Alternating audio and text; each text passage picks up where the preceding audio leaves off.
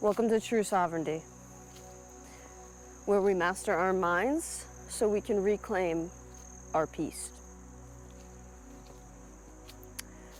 When I make videos, typically I make them because I feel called to make them. I feel inspired by something, whether it's something I'm going through or something I've seen online that somebody else is going through, that I feel I can contribute to the conversation. Because in my mind, I've had a lot of life experiences which have caused me to have a lot of wisdom about certain things. And I feel like I just have a lot to say. I was speaking to a friend last night and I was trying to explain how Charlie Kirk's death changed me. And I don't want to be hyperbolic. I don't want to be a person to exaggerate or to make clickbait videos. This is not what I'm trying to say. I'm saying that something changed inside of me when he died. And I want to talk about it. Because I'm not the only one. People of all walks of life, all political parties, all religious or non-religious ways of life, all skin colors, all ethnicities have felt this quake in life since his death. And maybe don't know why. And I want to logically explain how it changed me and how I'm going to choose to move forward and deal with it from this moment on. Because this is a turning point. This is and it's no coincidence that his company, his organization was called Turning Point. I think that's not a coincidence. I think everything in life happens for a reason, and it's also no coincidence that his way of life and how he, I'm not religious, by the way, at all. I'm spiritual, but I don't follow any religion. I just think it's funny objectively how a lot of what happened mirrors what happened to Jesus. Getting killed in public, people cheering for his death. His name even starts with a C. So I was trying to tell my friend last night the contrast that I feel between life before Charlie's death and life after Charlie's death. So even then, it's like BC, AC, just like we use on dates. It's just so weird how all of it is very reflective and mirroring.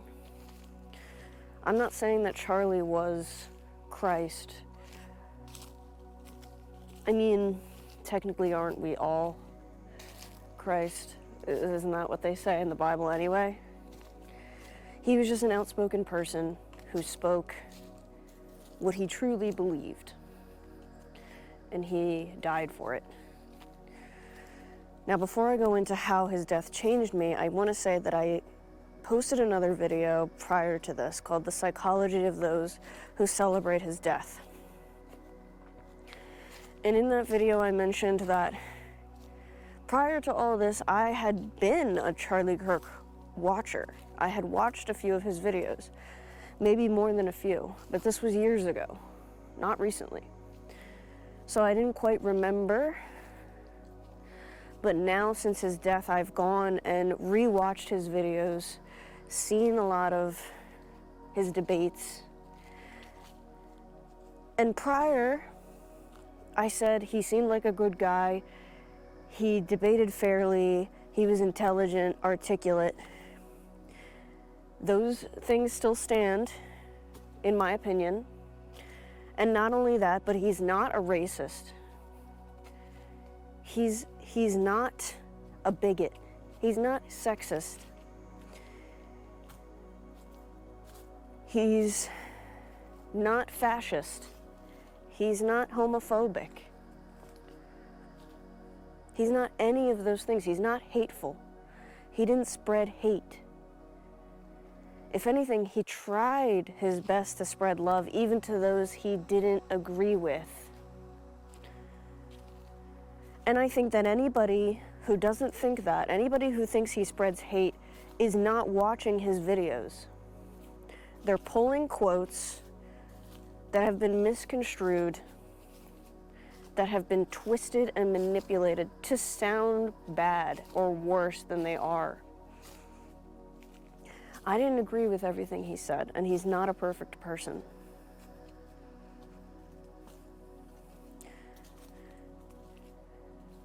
But he tried to have conversations that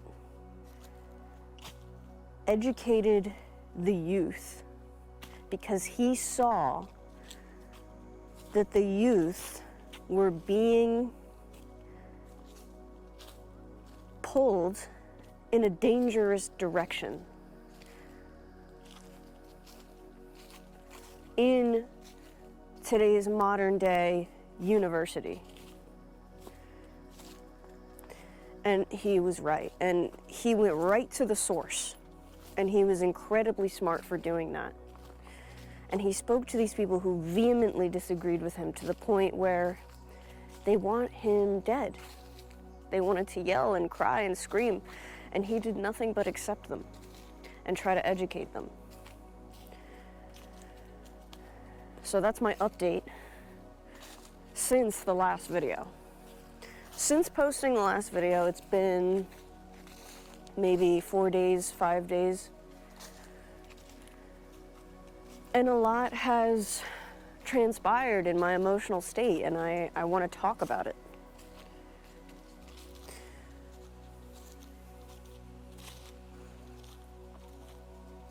So the first thing that really changed inside of me was that I feel forced now to pick a side.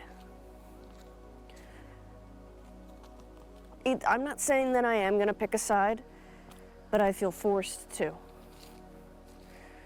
So I used to be left. I used to be a screaming, crying lefty. That's not a lie. That's not a joke. I did.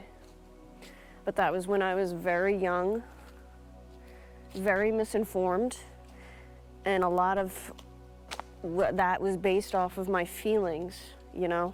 I'm part of the LGBTQ community. I'm a woman. So a lot of it was me being triggered and basing everything off of how I felt. And then C-19 happened. And it woke me up in a way that nothing had ever awoken me before. And I became completely apolitical. Completely.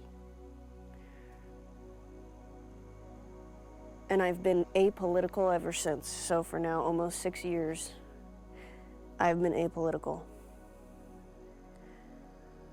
And now, I feel like I can't afford to be apolitical anymore. So I feel like I have to choose to be conservative now and participate in politics because I don't want this violence anymore. I want free speech. I want to be able to speak my mind without getting murdered. Like, I want the left, the woke left, to have no power in my country because they're scary and they're mentally ill, or they've at least proven themselves to be. the reality is I know that it doesn't really matter. Because ultimately society's collapsing and nobody's gonna win at the end of the day. Nobody.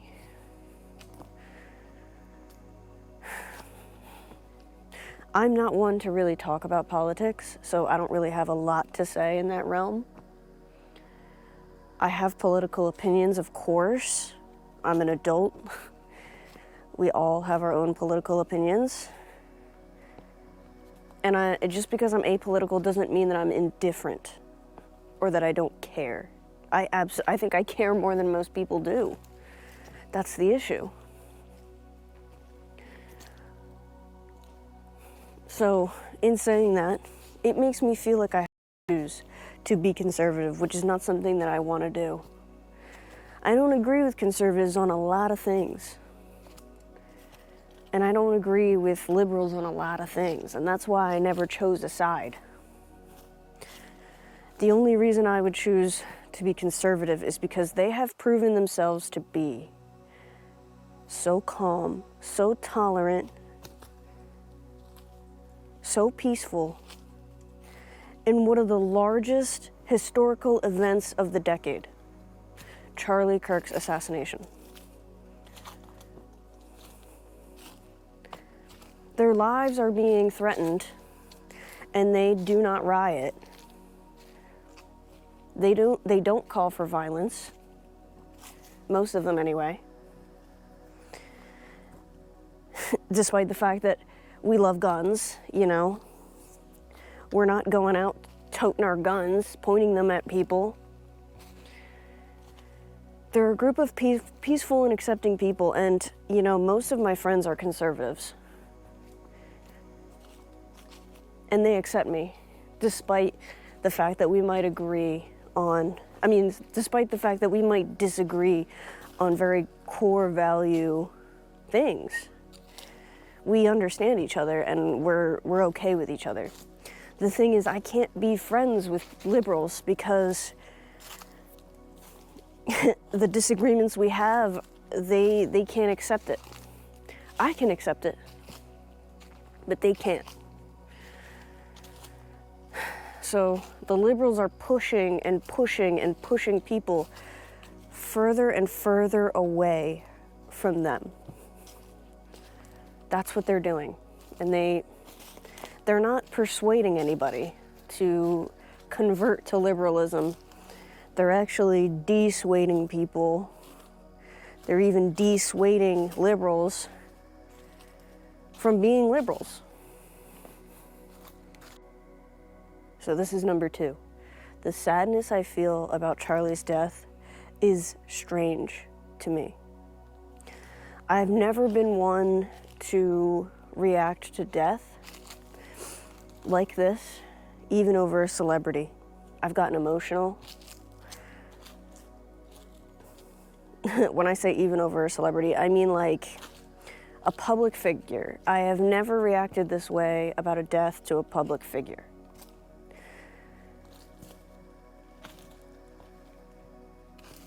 You know, like, most recently, my dog died a few years ago, and that was the last death that got me emotional. And I didn't know Charlie. Really, none of us did. The people who are close to him, it's understandable that they're sad. It's understandable they feel empathy. But there is a group of us that have this odd sadness where it's like I feel deep empathy for his family, and I feel emotional when I hear other people talking about their unexplained sadness for his death. And when I found out that he died, something shifted inside of me that I can't really explain. I don't know what it was. But when I saw that he had gotten shot, I was like, okay, that's bad, but he's probably gonna live. It probably wasn't anything like too crazy, you know. My thoughts went back to the Trump shooting.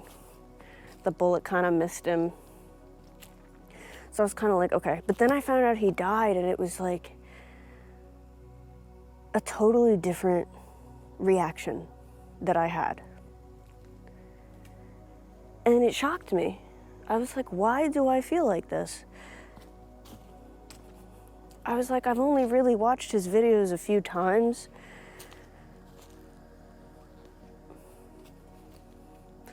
You know, and at the time I couldn't like debunk any of the hateful quotes he had said.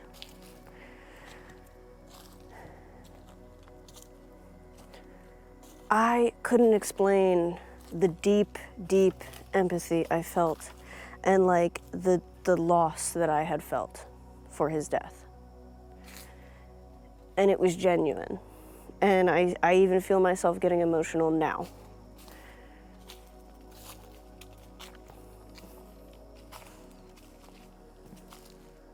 And like I said, like, this is not what my channel is about.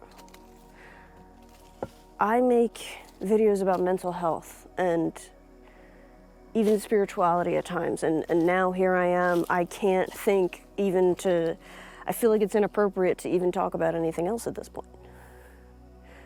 I will have to move on from this subject eventually, but as long as there's something to say about it, I will probably say something about it because it has affected me. I am one of the people who has been affected by his death in my soul. I feel it in my soul, and it's strange. It's truly strange. I don't know how to explain it. It's not performative. It's not hyperbolic. I'm not looking for attention. I just want to help people realize that they're not alone, and that this death has affected more people than I think we realize for whatever reason, whether we're connected on a soul level, whether the people who are truly feeling empathy for him are,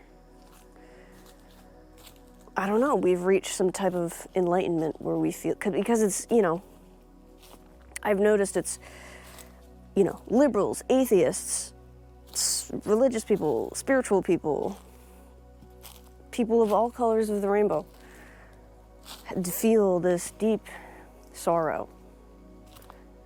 And I don't know, it's just something to ponder because I don't know if something like this has happened before in history. Definitely not in my lifetime. But, you know, people are comparing it to the JFK assassination, saying that it's worse, saying that the effect that it has had on society is even worse than that. And he wasn't even a politician. He was just an outspoken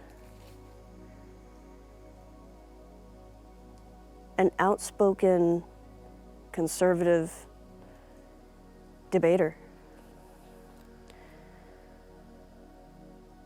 But I do feel a heavy loss inside of me, and it's something that I can't explain. Number 3, I'm angry. I'm angry. And as an emotionally mature human, I can name that emotion and not necessarily project it out onto others, but I've been able to look at society and what we've become, and it disgusts me. Thankfully, most of my friends and people in my life don't celebrate his death. If they did, they would no longer be in my life. But it's changed everything. I feel like I can't, you know, there's no way I could be friends with somebody who was either indifferent to his death or celebrated his death. Because to me, that means there's something missing empathetically inside of you. And I don't want to be with somebody like that. And that's just another, like, unfortunate part of being a fucking lesbian is a lot of LGBTQ people out there are hating on him and not sad about his death, and it's just disturbing. It's disturbing.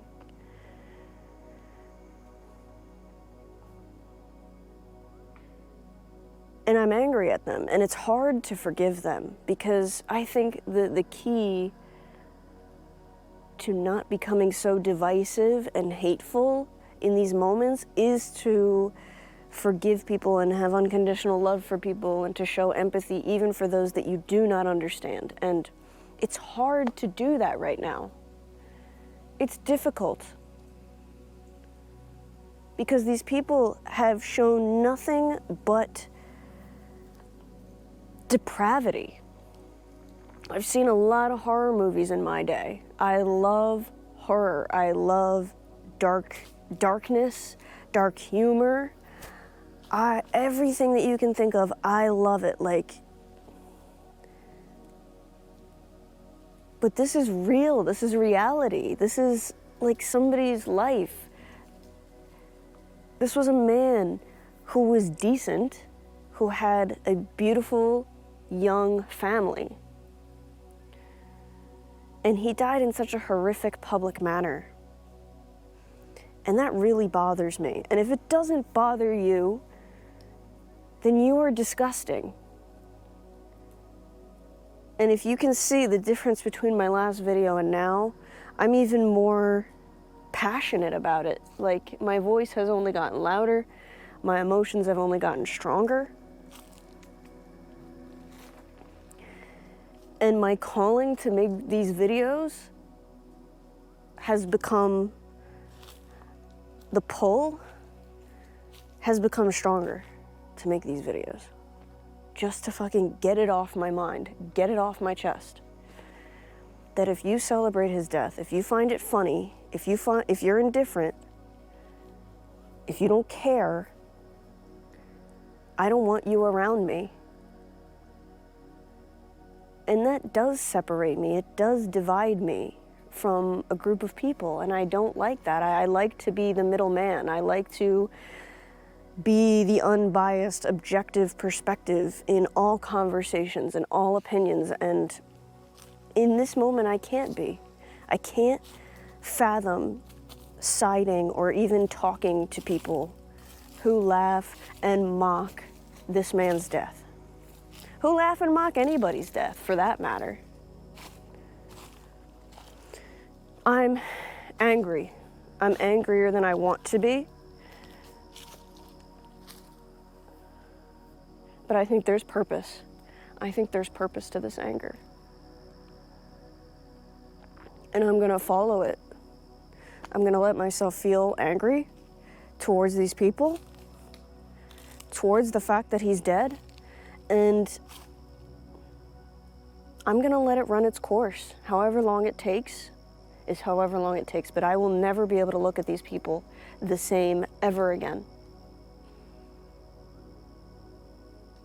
It'll be a question I ask every single person, every single new person that enters my life. It'll be a question that I ask: what was your reaction to Charlie Kirk's assassination? That will be a new question. When I'm on a date, when I'm meeting somebody for the first time, maybe even if I get another job, my employer. For God's sakes.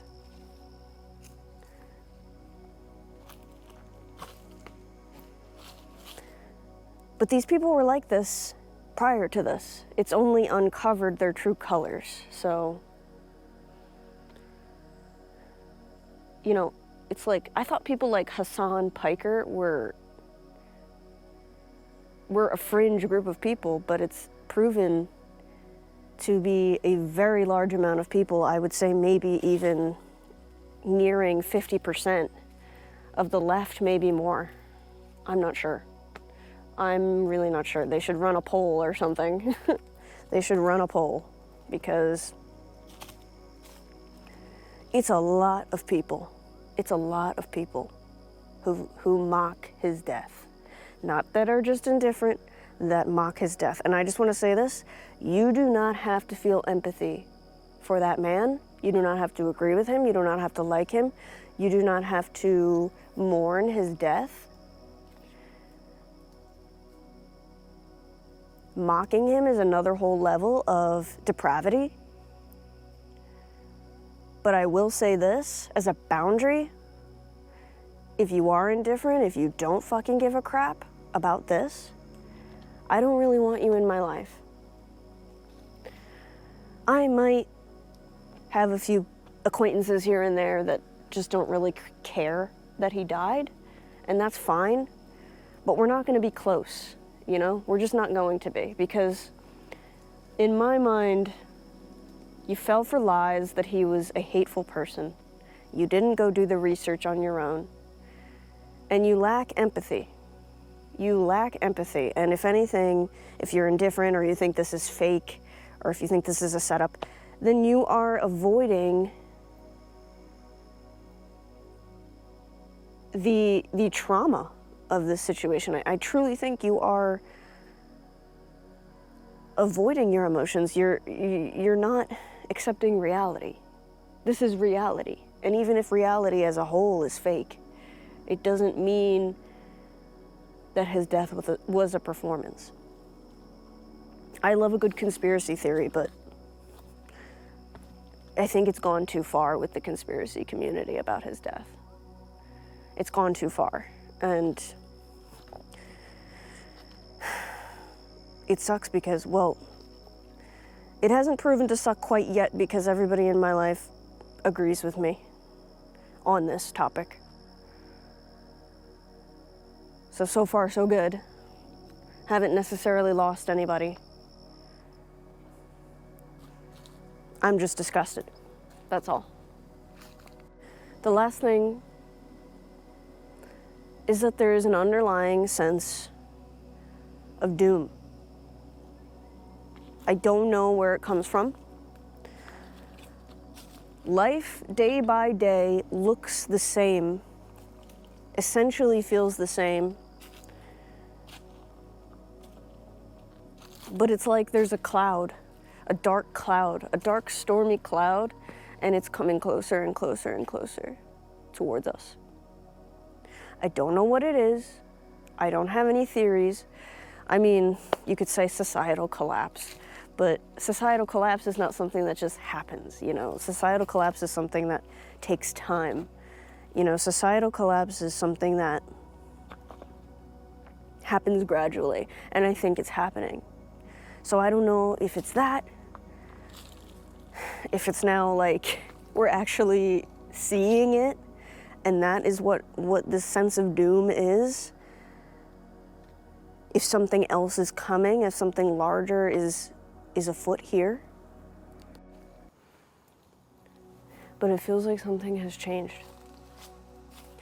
And not like something that we can see on the surface, even though there's many things that have changed that we can also see on the surface. It feels like there's something deeper beneath the surface that we can't really see yet that is brewing. And I'm not saying this to be fear-mongery. I don't like fear-mongering. That's not my vibe. I'm just telling you how I feel and what I'm feeling. I haven't really seen other people say this particular thing. It could just be anxiety. It could just be seeing multiple traumatic events happen live, all in the span of a few days, nonetheless.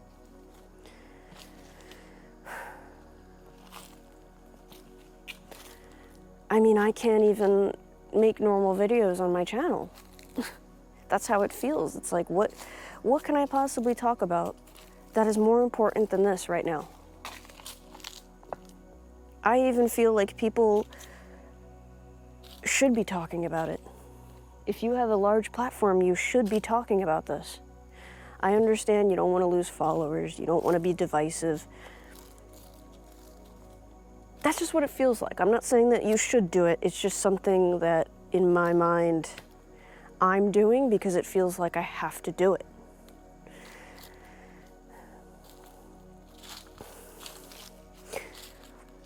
It just feels like something bad is going to happen, and I don't like that.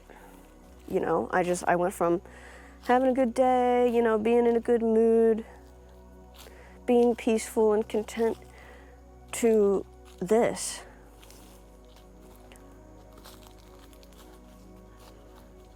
You know, are we on the cusp of a civil war? Are we, you know, are we about to face economic collapse next? Like, who knows? I don't want to scare you. Again, that's not what this video is for. I don't necessarily have a solid theory of what this feeling is. But I want to talk about how we can get through this. How we can get through this together, even.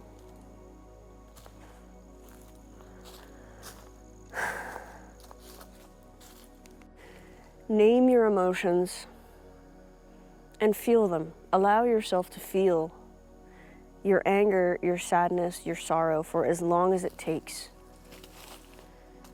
Allow yourself to mourn. Stop questioning why you're mourning somebody that you don't even know. Stop gaslighting yourself and just let yourself experience it. I believe you. I don't think you're being performative. I don't think you're being too sensitive. And I don't think you're a bad person because a controversial character passed away. And I kind of giggle because there are so many people out there who do deserve death. And he was not one of them. And even though those people do deserve death, it doesn't mean I want them to die. It doesn't mean that I think they should die. It doesn't mean that I think that we should round up some people and go kill them. Like, but there are plenty of people who do deserve death. He wasn't one of them. So, no, you're not a bad person. If you're confused, know that I've done the research and he doesn't say anything hateful. He just has different opinions than these people, and the woke left twist his opinions to make them sound really, really bad, but they're not. They're just different opinions. And it's fucking annoying. You can't argue with these people. But yeah, name your emotion and feel your emotion. It's important to do that. If you have to, step away from social media, because that's what's gonna make you angry. Looking at these people laughing, laugh reacting. We should fucking eliminate the fucking laugh react, okay? Because it's fucking annoying. It's like talking to children. It's like interacting with children. I feel like I'm interacting with my brother when we were children. How we used to interact with each other. That's what it feels like. It feels like we're in, you know, middle school or elementary school with these people. And it's just something that you have to ignore. If you ignore them, you take their power away. So don't react to their bullshit.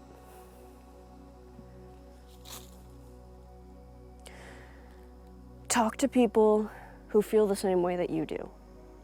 If you have friends and family that feel this empathy with you, those are the people that are good to keep in your circle.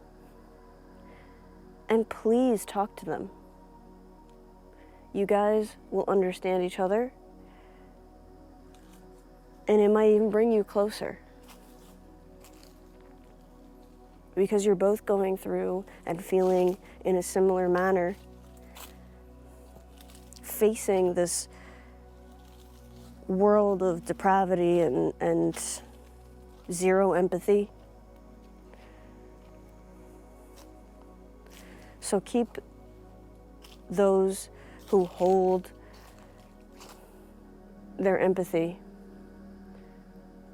Keep those people close to you, because I think the lack of empathy is going to increase on both sides of the spectrum. In conservatives and in liberals, the lack of empathy is going to increase, and we're going to continue to dehumanize each other even further. So stay empathetic and keep those who are empathetic close to you.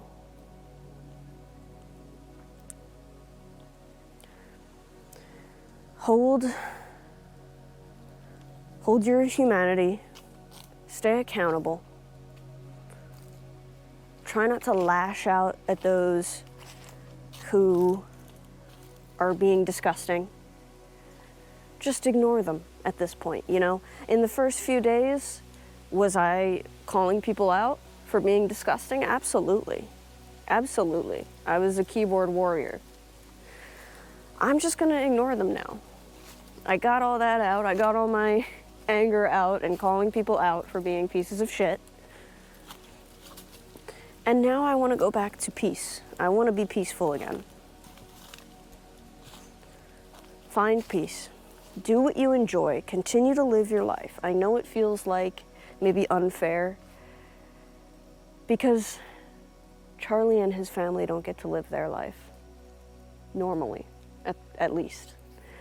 And they probably won't have a normal life ever again. I think that they will eventually find peace from this, but not now. And that's really sad for them.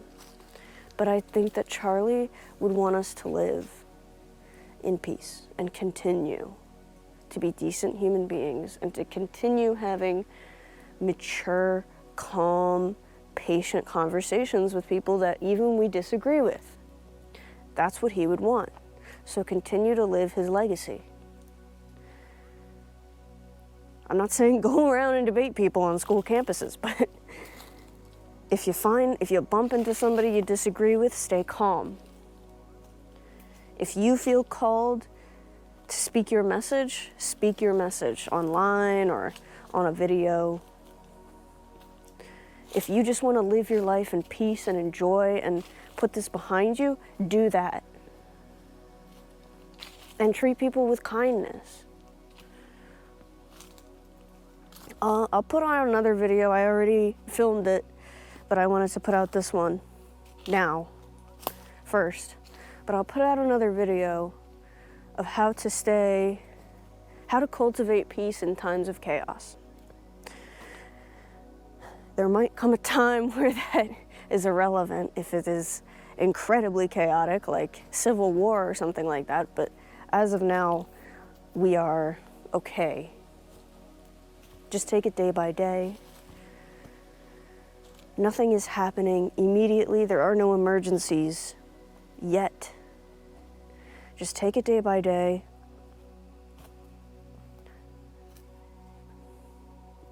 Think about how to maybe protect yourself so you can feel safe, especially if you live alone.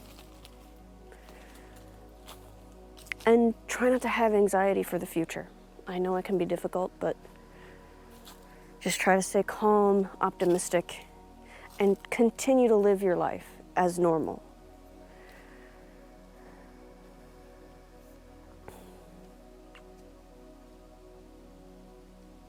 We're gonna get through this, and we're gonna get through it together. If you're feeling the same way that I do, another great thing is, even if you're not religious or even spiritual, you're totally atheist, a good little ritual, light a candle, go to the store, get a regular white candle. One that is really cheap, that'll probably melt overnight. Light that candle and say a prayer. Pray for whatever you want. Pray for Charlie's family, pray for Charlie, pray for yourself, pray for your loved ones. You don't even have to say that it is a prayer. You could just say it's symbolic of letting it go. It's kind of like writing in your journal, like things that trigger you, and then ripping it up and throwing it in the fire. It's like you're letting it go, and it's a symbolic ritual. It doesn't have to be religious. You could just say, these are my wishes, and this is what I wish for Charlie and his family, and my family, and me in the coming days, weeks, months, years. And light that candle and let it melt. And that is kind of like the symbolic way of paying your respects.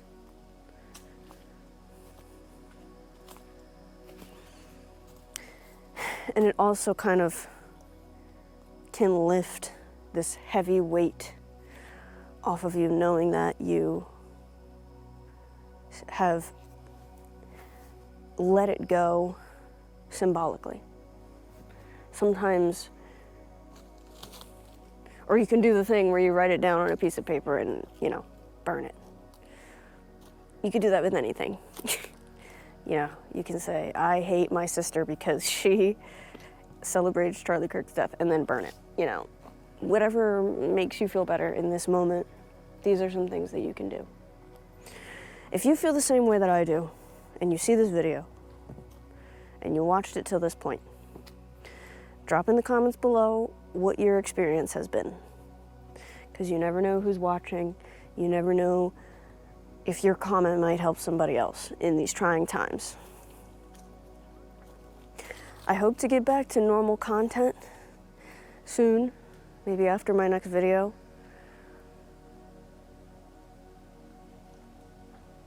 But you can't rush it. You know, you just have to kind of let it run its course like a virus or a sickness. And hopefully soon, the heaviness in this world will lift. Maybe something will change. Maybe something better will happen. For our world, for our politics, for the way that we view each other. It's okay to be angry. It's okay to even be hating people right now for the way that they're acting. Just stay true to yourself, stay genuine, stay safe. And I'll see you in the next video.